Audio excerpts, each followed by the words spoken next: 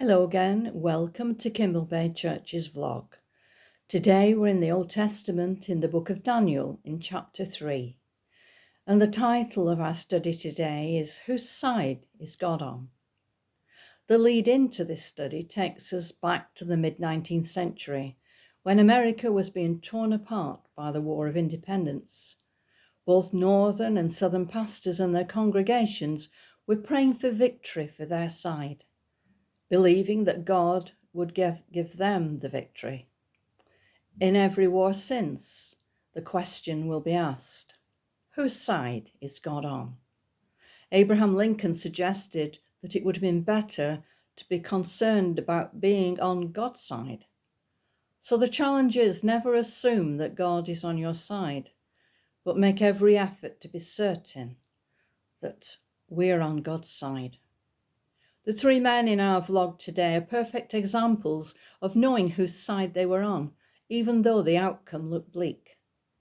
In 586 BC, the Babylonians conquered Judah and took away to Babylon all the brightest and the best of the population, especially the young, up-and-coming generation who they could mold and use to benefit their nation. Daniel chapter 1 tells us that they took young men without any physical defect, handsome and with an aptitude for learning. They were to be trained for 3 years, after which they would enter the king's service. 4 of those chosen were Daniel, Hananiah, Mishael, and Azariah, but they were given Babylonian names. Daniel became Belteshazzar, the others Shadrach, Meshach, and Abednego. There was a clash of cultures, with the pagan Babylonians and their worship of their king, Nebuchadnezzar, and the Jews who worshipped their God, Yahweh. Nebuchadnezzar had a dream that troubled him. His wise men died because they couldn't tell the king what he'd dreamed, and obviously they couldn't interpret it because they didn't know what it was that he dreamed. The captain of the king's guard was sent to kill Daniel and his 3 friends too. But Daniel said, "Let me speak to the king." And he asked the king for time to interpret the dream. He went home, and he and his three friends, Shadrach, Meshach, and Abednego, prayed for mercy and wisdom, and that they may not die. Daniel interpreted the dream, and he was promoted to be ruler of the entire province of Babylon and put in charge of all the wise men. Daniel then asked for Shadrach, Meshach, and Abednego to be made chief ministers, but he remained in the royal court. Daniel interpreted Nebuchadnezzar's dream. "In your dream, King Nebuchadnezzar, you saw an enormous statue with a head of gold, chest and arms of silver, belly and thighs of bronze, legs of iron, feet of iron and clay. While you were watching, a huge rock," some interpretations said a huge meteor, crashed into the statue and smashed it. "You, Nebuchadnezzar, are the head of gold. The other metals represent kingdoms who will come after you, but the God of heaven will set up a kingdom that will never be destroyed." So we join Nebuchadnezzar as he defiantly has made a huge statue made completely of gold, believing gold is indestructible. The statue was 90 feet high and 9 feet wide, there on the plain of Dura, where all could see it. The governors of the provinces, the treasurers, the judges, everyone of importance was called to the dedication of the golden image, and they were told, "When you hear the sound of the instruments, the trumpets, the lyres, etc., you fall down and worship, or be thrown into a blazing furnace." People of all nations in every language came and worshipped. Some of the astrologers were jealous of the way in which the Jews, Shadrach, Meshach, and Abednego, had been fast-tracked to top positions in the king's court ahead of them, and denounced them to the king. "They don't pay attention to you, your majesty. They don't serve your gods. They don't worship the image of gold you have set up. Well, Nebuchadnezzar's furious to hear this, and he sends for the three men. And he says to them, is it true that you won't bow down to my statue? One last chance, he says. Fall down and worship, or straight into the furnace. What God will rescue you then? They answered, King Nebuchadnezzar, we don't need to defend ourselves.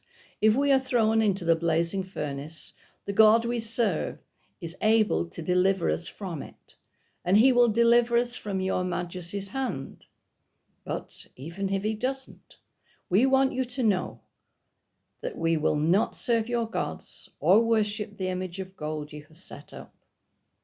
Well, Nebuchadnezzar is furious, as you can imagine, and he had the furnace heated 7 times hotter than usual, and commanded that some of his strongest soldiers tie up Shadrach, Meshach, and Abednego, clothes as well, and throw them into the furnace. The furnace was so hot that as the soldiers are throwing them in, they were all killed by the heat. Suddenly, as the men, Shadrach, Meshach, and Abednego, are in the furnace, Nebuchadnezzar's watching, and he jumps up and he says, look, weren't there 3 men thrown into the fire? I can see 4 walking around, unbound and unarmed. And the 4th looks like a son of the gods. The New King James Version says, like the Son of God. He calls the men out. Shadrach, Meshach, Abednego, servants of the Most High God, come out, come here. They came out. They were surrounded by all the top-ranking people who saw that not a hair of their heads had been harmed. Their clothes weren't scorched. They didn't even smell the smoke.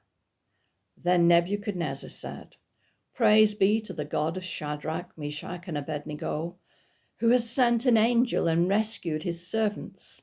They trusted him and defied the king and were willing to die rather than serve or worship any god but their own. He then said that anyone who spoke against the God of the Hebrews would die. The young men had a good life. They had made the best of a difficult situation when they were taken to Babylon. They worked hard. They reached good positions without compromising their belief in God until the day that Nebuchadnezzar wanted homage from his people. He made a graven image to himself. He wanted the people to bow down and worship him as a god. This is not just ancient history. It should cause us to ask the question of ourselves, who or what are we prepared to bow down to? If our job was at risk because we take a certain moral stand, what would we do? When Sunday opening came in, I worked in a very busy furniture shop. I explained that I wouldn't work on a Sunday. Thankfully, the management understood.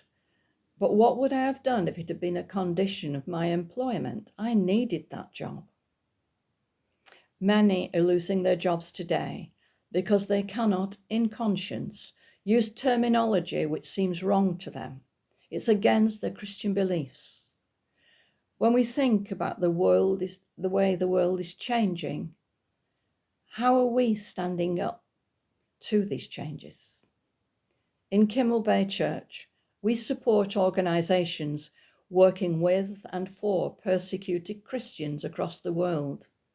Being a Christian in some countries can mean imprisonment or even death. Yes, in 2023. We sometimes find ourselves in other kind of difficult situations where we just can't see a way out of our problems. Do we make a stand for what we believe is right, or do we give in? Shadrach, Meshach, and Abednego said, the God we serve is able to deliver us, and he will. But even if he doesn't, we will not bow down to your image. We're not told who the 4th person was in the furnace. Some believe it was Jesus, others an angel. What it does tell us is that however hot our situation is, we're not on our own. And sometimes it's in the fire that God works. But if he doesn't, for whatever reason, hang on to your faith. It could be just a time for waiting. In Hebrews chapter 13, verse 5, we're told, I will never leave you or abandon you. A promise that's made often in the Bible. If you're struggling, hang on to that. Thank you for joining us today, and God bless you.